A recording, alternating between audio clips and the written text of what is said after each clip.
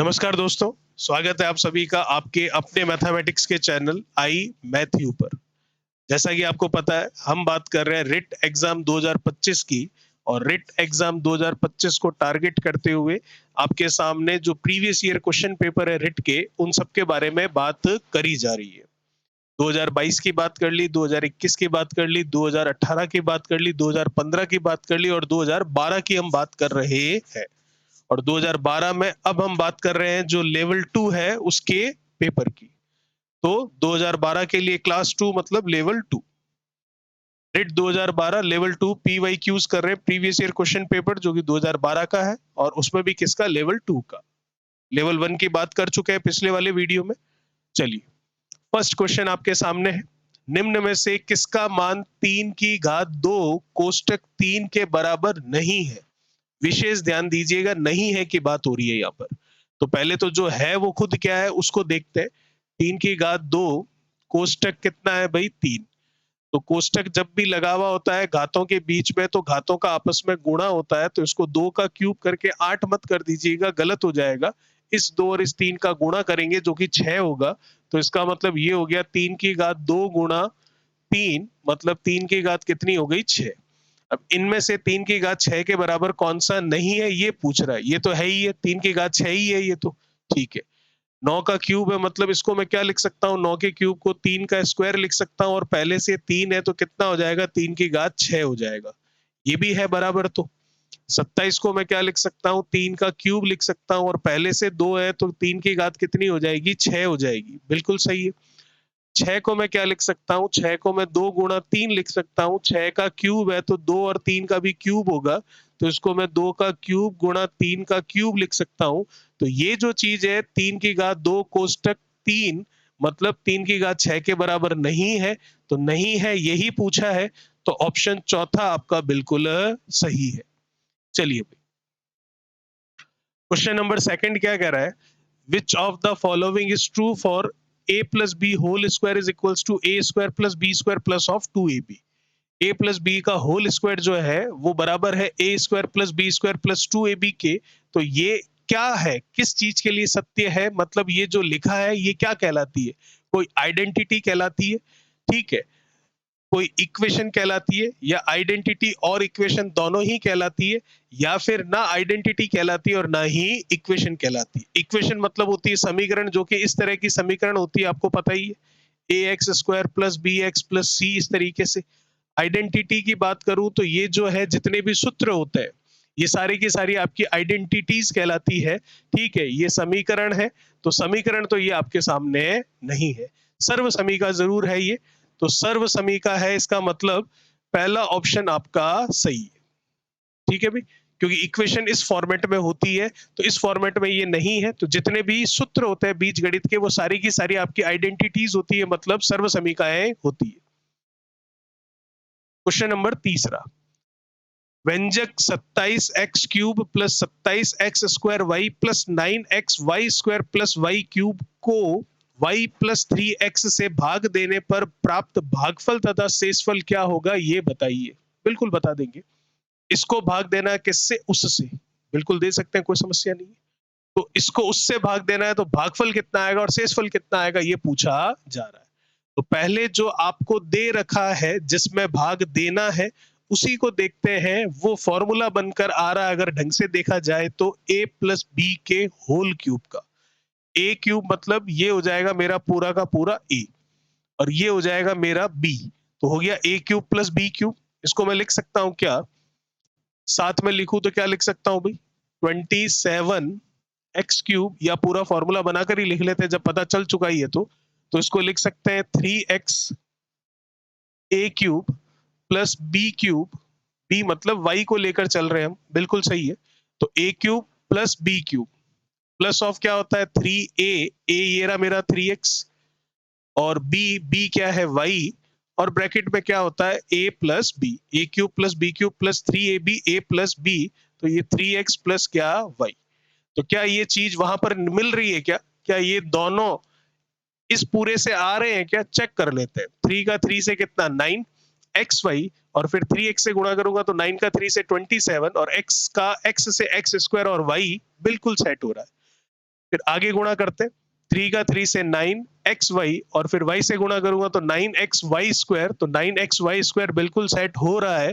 तो इसका मतलब ये पूरा का पूरा आपको दिखाई दे रहा है कौन सा, ये फॉर्मूला बनता हुआ नजर आ रहा है आपके पास a प्लस बी के होल क्यूब का, और a क्या है 3x है, और b क्या है y है, और इसका क्या है ये होल क्यूब है। तो अब आप इस पूरे को लिखिए या सिर्फ ये लिखिए, एक ही बात है। अब इस पूरे में भाग किसका देना है, y प्लस थ्री एक्स का, या फिर यूं कह दो इसमें y प्लस थ्री एक्स का आपको भाग देना है। तो y प्लस थ्री एक्स बोलू या थ्री एक्स प्लस वाई बोलू, एक ही बात है। तो इसमें इसका भाग दूंगा तो मैं देख सकता हूं एक घात कट जाएगी, दो घात बचेगी, मतलब भाग तो पूरा पूरा चला गया। तो इसका मतलब पूरा पूरा जाएगा, तो शेषफल की अगर मैं बात करूं तो शेषफल यहाँ कितना बचेगा, शेषफल आपका 0 बचेगा, क्योंकि भाग पूरा पूरा जा चुका है। तो इसका मतलब या तो ऑप्शन ए होगा या फिर ऑप्शन बी होगा। भागफल कितना बचेगा, ये जो पड़ा है यही भागफल बचेगा, मतलब 3x प्लस वाई का स्क्वायर बचेगा। तो a प्लस बी का होल स्क्वायर क्या होता है, ए स्क्वायर मतलब 3x का स्क्वायर जो कि 9x स्क्वायर हो गया, बी स्क्वायर मतलब y का स्क्वायर हो गया, प्लस ऑफ 2ab, तो 2 इंटू 3x इंटू वाई करूंगा तो कितना होगा 6xy होगा। इसका मतलब कौन सा मैच कर रहा है आपका, फर्स्ट ऑप्शन या थर्ड ऑप्शन। तो 9x स्क्वायर वाई स्क्वायर और 6xy, मतलब थर्ड ऑप्शन बिल्कुल सही है। और आपका जो शेषफल है वो 0 आ रहा है, क्योंकि भाग पूरा पूरा जा रहा है। चलिए, ये था क्वेश्चन नंबर 3। बात करते हैं नेक्स्ट क्वेश्चन नंबर 4 के बारे में। क्या कह रहा है देखिए, एक कक्षा में 54 विद्यार्थी है, ठीक है भाई। यदि छात्रों की संख्या की 4/5 गुनी हो तो छात्रों की संख्या क्या होगी। बिल्कुल ठीक है भाई, निकाल सकते हैं। नंबर ऑफ बॉयज निकालना आपको, 4 अपॉन क्या है भाई 5 है, ठीक है। There are 54 students in a class. If the number of girls is 4/5 times of the number of boys, तो इसका मतलब ये किसकी संख्या है, लड़कों की। इनका 4/5 करूंगा तो कितना आएगा 4। ये किसकी संख्या है, लड़कियों की। बिल्कुल सही है। तो आपको क्या बोल रहा है, कुल मिलाकर 54 स्टूडेंट है, तो 54 अगर टोटल है तो नीचे इनका टोटल आएगा, तो 4 और 5 ये लीजिए टोटल ले लिया।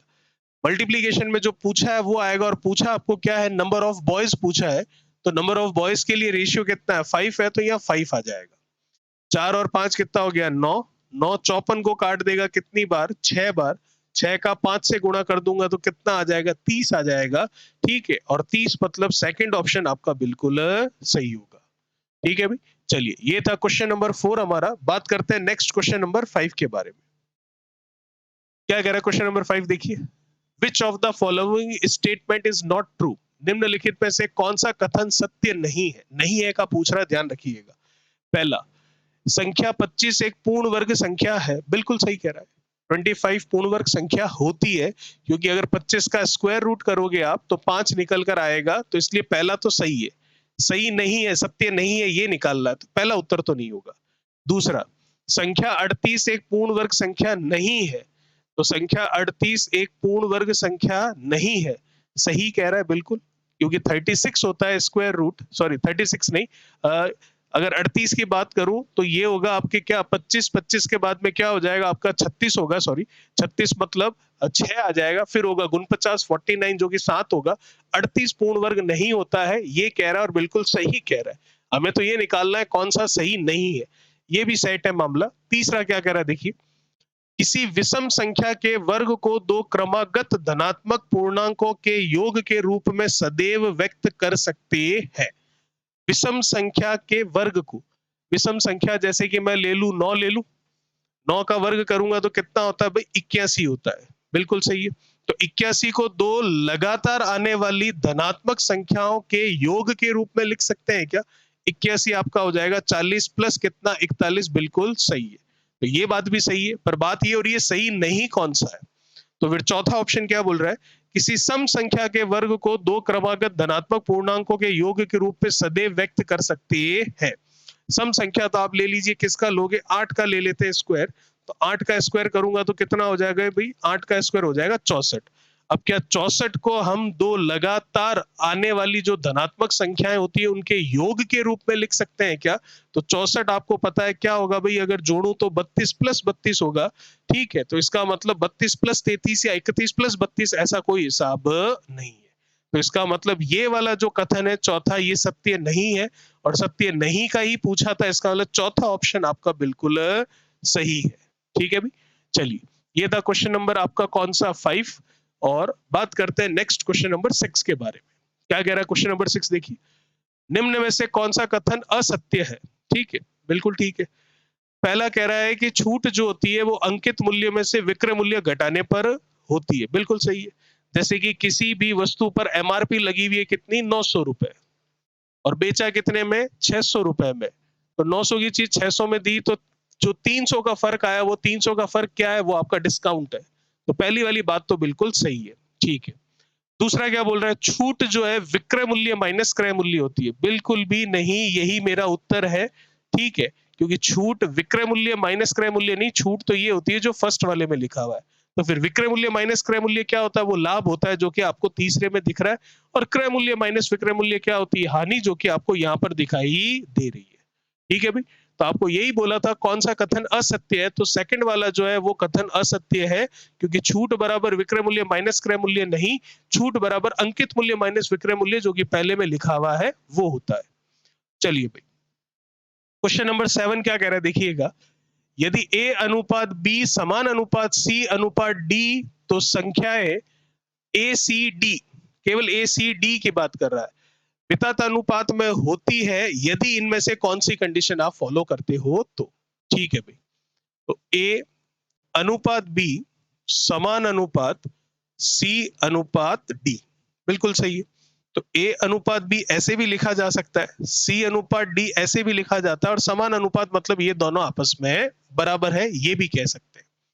ठीक है, तो अगर गुणा करूं यहां से, एडी बराबर कितना आएगा आपके, बीसी आएगा, बिल्कुल सही है। लेकिन ये कह रहा है केवल ए सी डी की बात कर रहा है, बी को ये शामिल नहीं कर रहा है। तो इसका मतलब ए सी डी की बात कर रहा है और बी को शामिल नहीं कर रहा है, तो बी और सी में कोई ना कोई रिलेशन होगा, और वो रिलेशन क्या होगा कि बी और सी आपस में क्या होंगे, बराबर। तो इसका मतलब कौन सा ऑप्शन मैच करेगा, आपका तीसरा ऑप्शन बिल्कुल सही है। चलिए, ये था क्वेश्चन नंबर 7।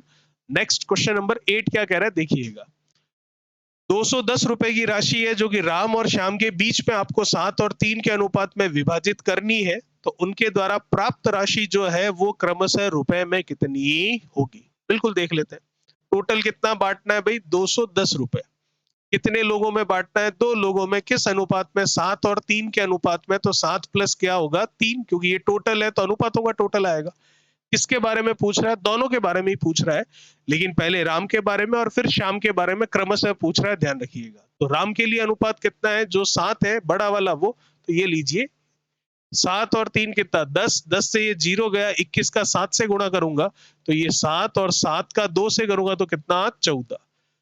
फिर से ये 210 होगा, फिर से ये 7 प्लस 3 होगा, फिर से ये कटेगा, फिर से ये कितना, 21 आएगा, लेकिन इस बार गुणा किससे होगा, आपका 3 से होगा, क्योंकि शाम का निकालना है।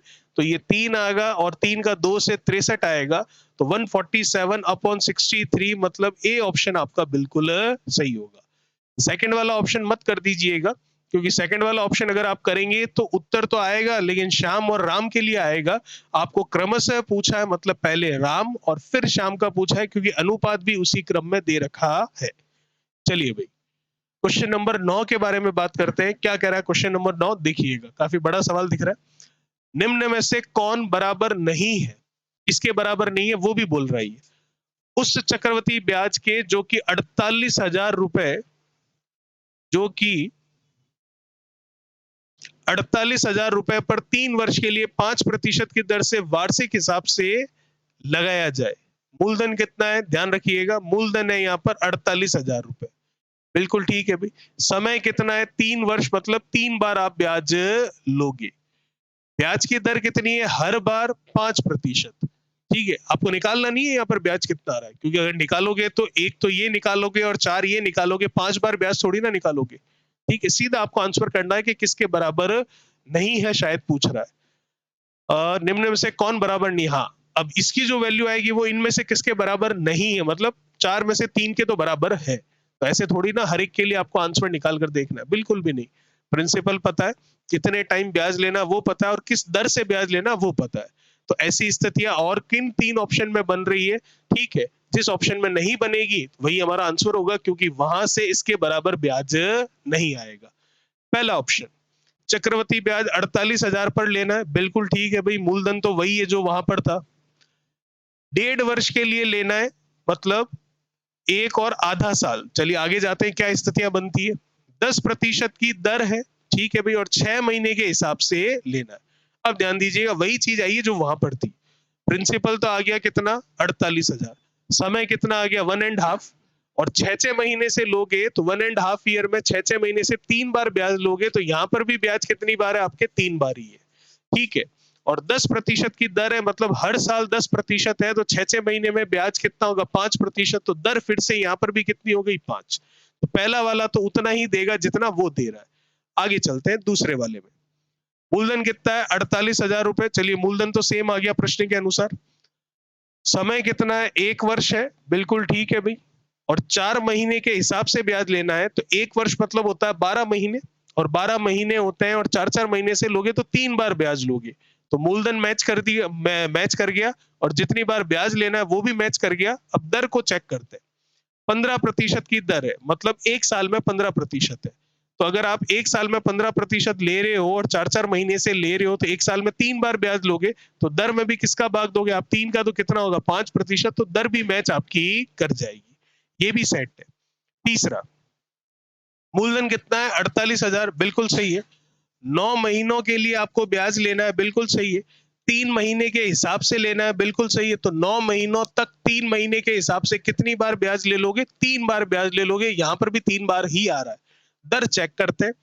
20% की दर है, ठीक है। तो 20% की दर है, 3-3 महीने से लोगे, त्रैमासिक लोगे, मतलब दर में 4 का भाग दोगे, तो 20 का 4 का भाग देने पर 5% दर आ जाएगी। तो इसका मतलब ये भी उतना ही ब्याज देगा जितना प्रश्न कह रहा है। तो अब लास्ट वाला चेक करने की जरूरत नहीं है, वही मेरा उत्तर बिल्कुल सही है। फिर भी क्या है देख लेते हैं। चक्रवृद्धि ब्याज कितना है, 48,000 रुपए। मतलब मूलधन है आपका 48,000, जो कि चक्रवृद्धि ब्याज के लिए है। तो मूलधन तो मैच कर गया। समय कितना, 1 वर्ष है, 15% की दर है, और 6 महीने के हिसाब से। तो 1 साल तक ब्याज लोगे, 6-6 महीने से ब्याज लोगे, तो ब्याज 2 बार ही लोगे, जबकि ब्याज लेना है 3 बार। तो यहीं पर कहानी खत्म हो गई। तो चौथा ऑप्शन हमारा बिल्कुल परफेक्ट है। चलिए भाई, अगला प्रश्न क्या कह रहा है, देखिए।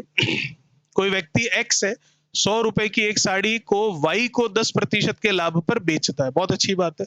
और उसी साड़ी को वाई जो है जेड को 10% की हानि से बेचता है, ये भी ठीक है। तो जेड उस साड़ी को कितने रुपए में खरीदता है।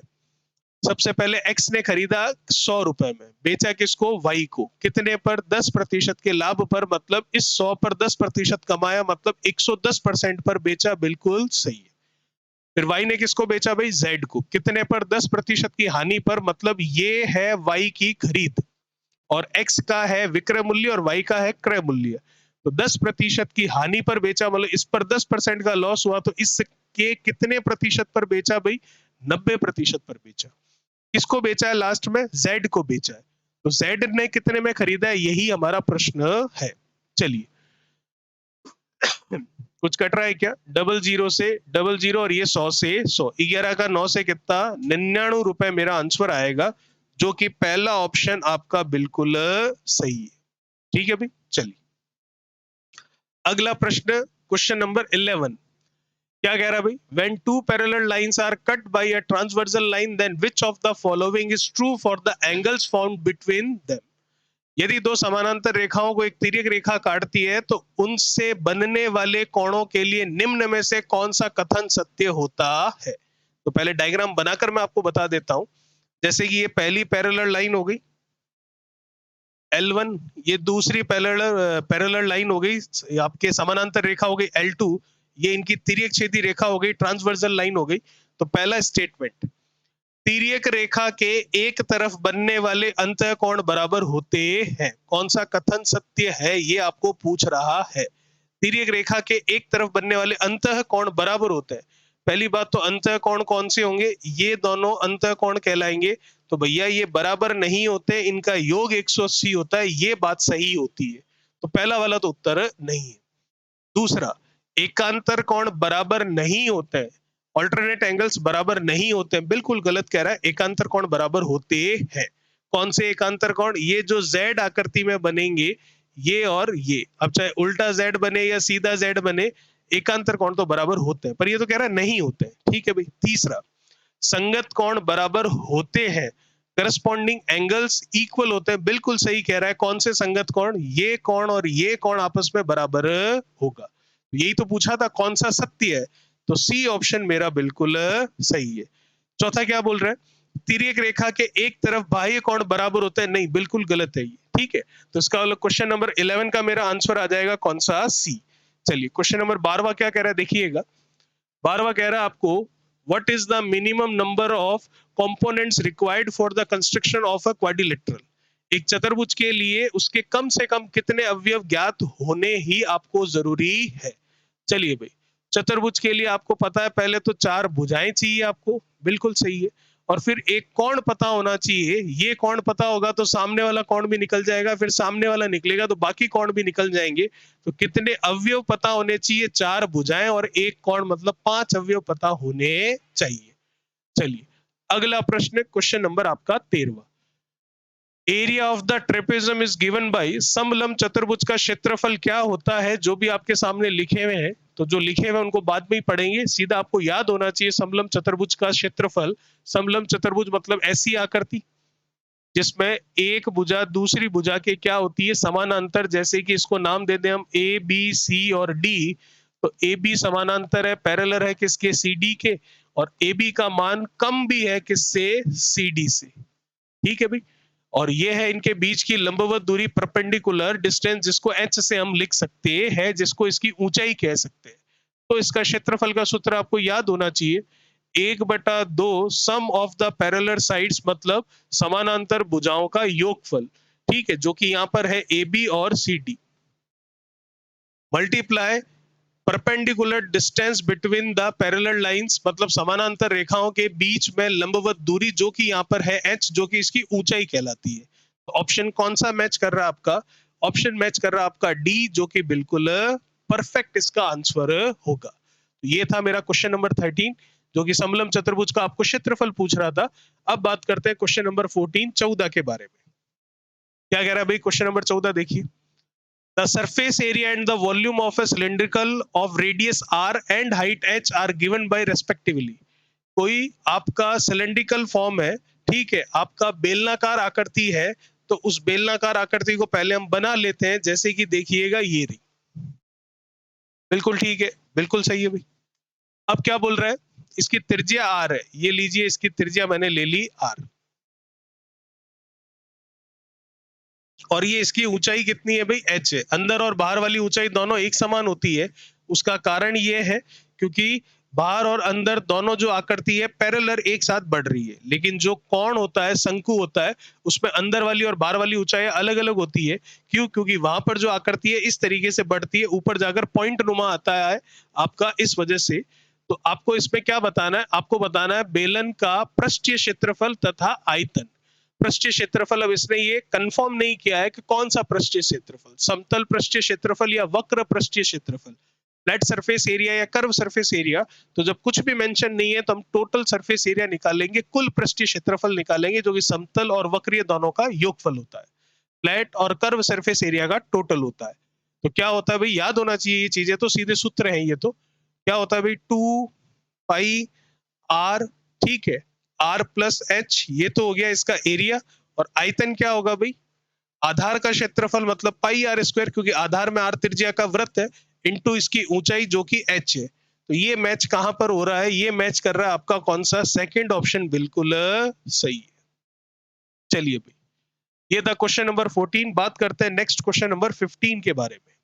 क्या कह रहा है क्वेश्चन नंबर 15? देखिए, निम्न में से कौन सी दशा दो त्रिभुजों को सर्वांगसम करने के लिए पर्याप्त नहीं है? ठीक है, नहीं है कि बात कर रहा है, विशेष ध्यान दीजिएगा। ठीक है भाई, चलिए। इसमें से ये जो लाइन लिखी हुई है, ये लाइन इस प्रश्न की नहीं है, इसके ऑप्शन की है, जो कि हमने लिख ली है, तो ये यहां से हम हटा सकते हैं।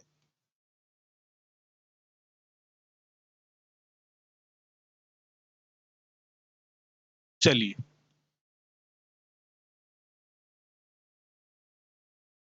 देखिएगा, विच of the following is not a condition for the congruency of the triangles. ठीक है, पहला, अच्छा सबसे पहली बात तो ये पता होना चाहिए एक सर्वांगसम त्रिभुज होते क्या है। एक त्रिभुज बिल्कुल दूसरे की फोटोकॉपी हो तो वो क्या कहलाते हैं, आपके सर्वांगसम त्रिभुज कहलाते हैं, कॉन्ग्रुएंट ट्रायंगल्स कहलाते हैं। तो आपको ये पूछ रहा है किस में ऐसी स्थिति नहीं होगी, पर्याप्त नहीं है जवाब देने के लिए। पहला option, all the three sides are equal to the other triangle, बिल्कुल सही है, इसमें तो होता है सर्वांगसम। कौन से वाले नियम से, एस, एस और एस के नियम से। एस मतलब है साइड, मतलब भुजा भुजा भुजा के नियम से। दूसरा, two sides and the angle between them are equal, दो भुजाएं बराबर है और उनके बीच का कोण बराबर है, तो एस ए एस के नियम से भी ये सर्वांगसम होते हैं। तीसरा, two angles and side between them are equal, मतलब दो एंगल और उनके बीच की साइड बराबर है, तो ए एस ए के नियम से भी ये सर्वंगसम होते हैं। और चौथा है, all the three angles are equal, तो ए मत समझ लेना आप इसको, क्योंकि तीनों कोण बराबर हो तो सर्वांगसम हो ऐसा जरूरी नहीं है, समरूप भी हो सकते हैं। ठीक है, और ये तो कह रहा है सर्वांगसम ही होगा। ठीक है, तो उसके लिए कौन सा पर्याप्त नहीं, आंसर करने के लिए चौथा ऑप्शन जो है वो आपका पर्याप्त नहीं है। ये था क्वेश्चन नंबर 15। बात करते हैं नेक्स्ट क्वेश्चन नंबर 16 के बारे में। ये जो आपके सामने डायग्राम बना हुआ है, इस चिन्ह को क्या कहते हैं, तो इसको टैली मार्क कहते हैं, टैली चिन्ह कहते हैं। ये काउंट करने के काम आता है, जैसे कि ये लिखा हुआ है जो है, ये कितना है भाई, ये है आपके सामने 5 है टोटल, 1 2 3 4 और ये 5, फिर लिखूंगा तो 6 थोड़ा गैप देकर, ये 7, ये 8, ये 9, फिर ये 10, फिर ये 11, फिर ये 12, फिर ये 13, इस तरह से चलता रहता है। इसको टैली मार्क कहते हैं, टैली चिन्ह कहते हैं। चलिए, क्वेश्चन नंबर आपका 17वां आपके सामने आ चुका है, जो कि क्या कह रहा है देखिएगा।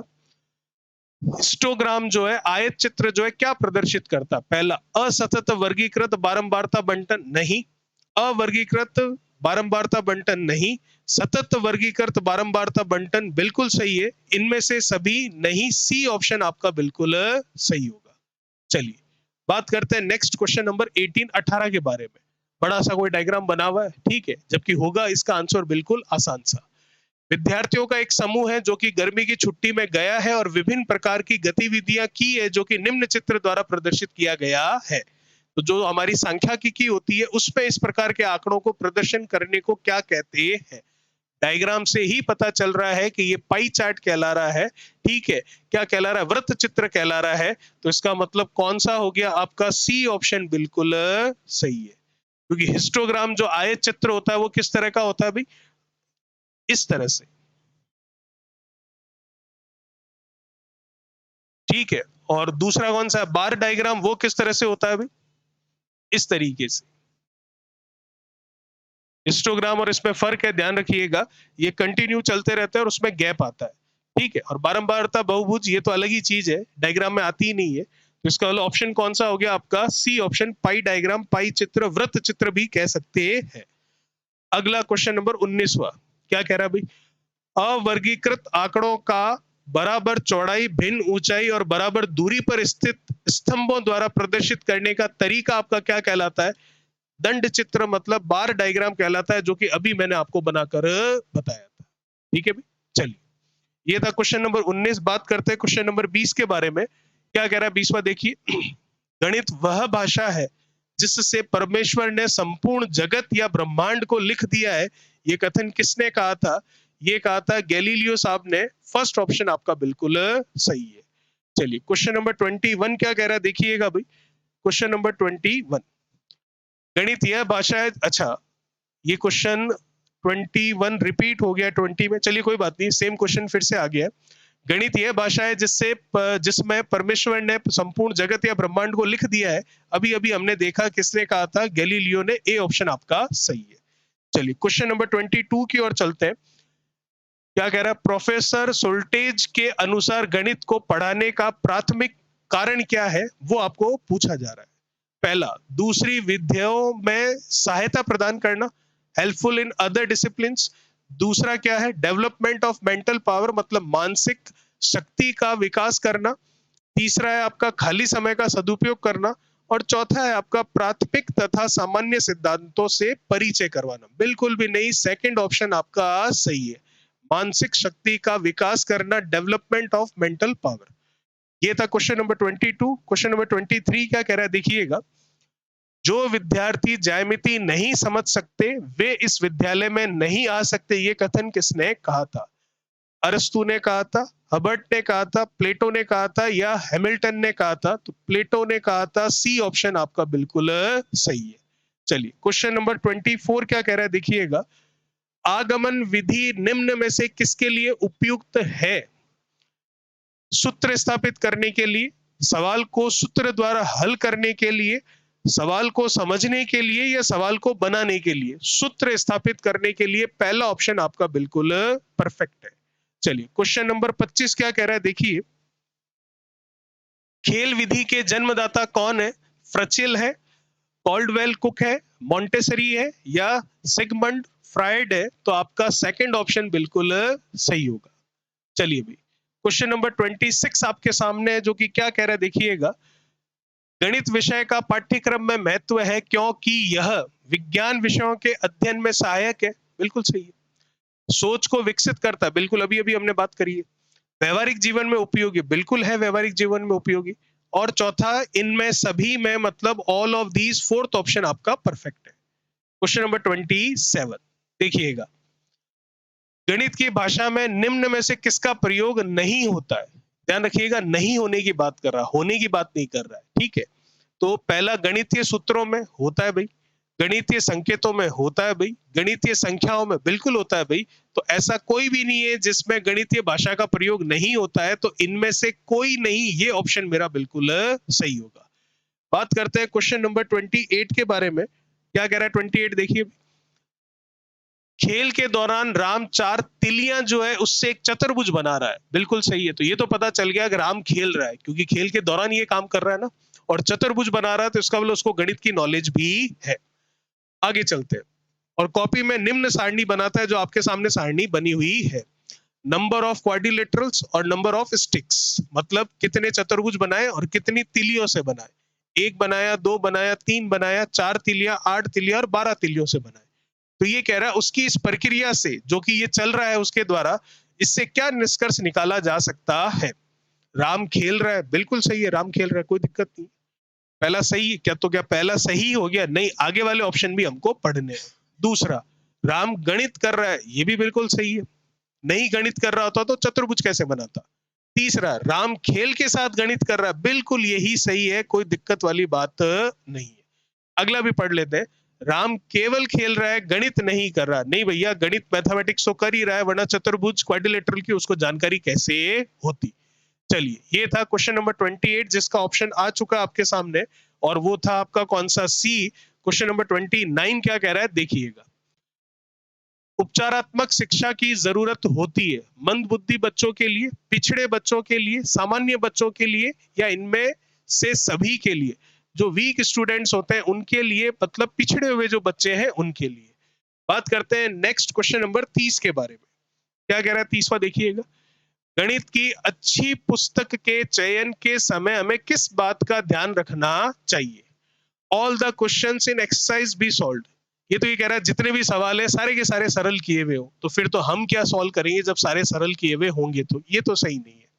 दूसरा, it must contain a sufficient number of examples and in exercise, मतलब sufficient number of example solve किए हुए होने चाहिए, और उतने के उतने हमारे प्रैक्टिस के लिए भी होने चाहिए, या उतने नहीं तो इतने जरूर होने चाहिए जिससे हम जो सीख रहे हैं उसका वापस रिवीजन, उसकी प्रैक्टिस कर सके। ये सही होता हुआ नजर आ रहा है। आगे और पढ़ लेते हैं, the number of examples is more and question in exercise are less. Number of examples ज्यादा हो, ठीक है, और जो आपको प्रैक्टिस करने के लिए क्वेश्चन है वो कम हो, ये बात सही नहीं है। अगला, the number of examples are less and the question in exercise are more. उदाहरण आपको कम दिए गए हैं और आपको प्रैक्टिस ज्यादा तरह के क्वेश्चन करने को दिया गया है, तो जब आप सीखोगे ही नहीं तो प्रैक्टिस कैसे करोगे? तो दोनों का तालमेल बना हुआ होना चाहिए, मतलब सेकंड ऑप्शन आपका बिल्कुल सही है। चलिए, ये था हमारा क्वेश्चन नंबर कौन सा? 30वां, जो कि हमारा लास्ट क्वेश्चन था हमारी आज की क्लास का। ठीक है, आई होप मैं आपको अच्छे से समझाने में सफल रहा हूंगा। अगर आप मेरे चैनल पर नए हैं तो प्लीज चैनल को सब्सक्राइब कर दें, और अगर ये वीडियो आपके लिए हेल्पफुल रहा हो, आपके एग्जाम के लिए मददगार रहा हो, तो जरूर इस वीडियो को शेयर कर दे, लाइक कर दे और बेल आइकन को प्रेस कर दे ताकि आने वाले जितने भी वीडियोस है उनका नोटिफिकेशन आपको मिल सके। ठीक है, 24 फरवरी को मतलब कल हम बात करेंगे रात को 8:15 पर लाइव क्लास की, और लाइव क्लास में मैं बात करूंगा लेवल 2 की मैथमेटिक्स की। जैसे कि मैंने 23 फरवरी सुबह 7:30 बजे लेवल 1 मैथमेटिक्स के लिए माँ मैराथन क्लास करी थी, वैसे ही 24 फरवरी सोमवार को शाम को मतलब रात को 8:15 पर लेवल 2 के लिए माँ मैराथन क्लास होने वाली है। आई होप आप जरूर उस क्लास को ज्वाइन करोगे। ठीक है, फिर हम मिलेंगे हमारी अगली क्लास में। तब तक के लिए बहुत बहुत धन्यवाद आपका। Thank you so much.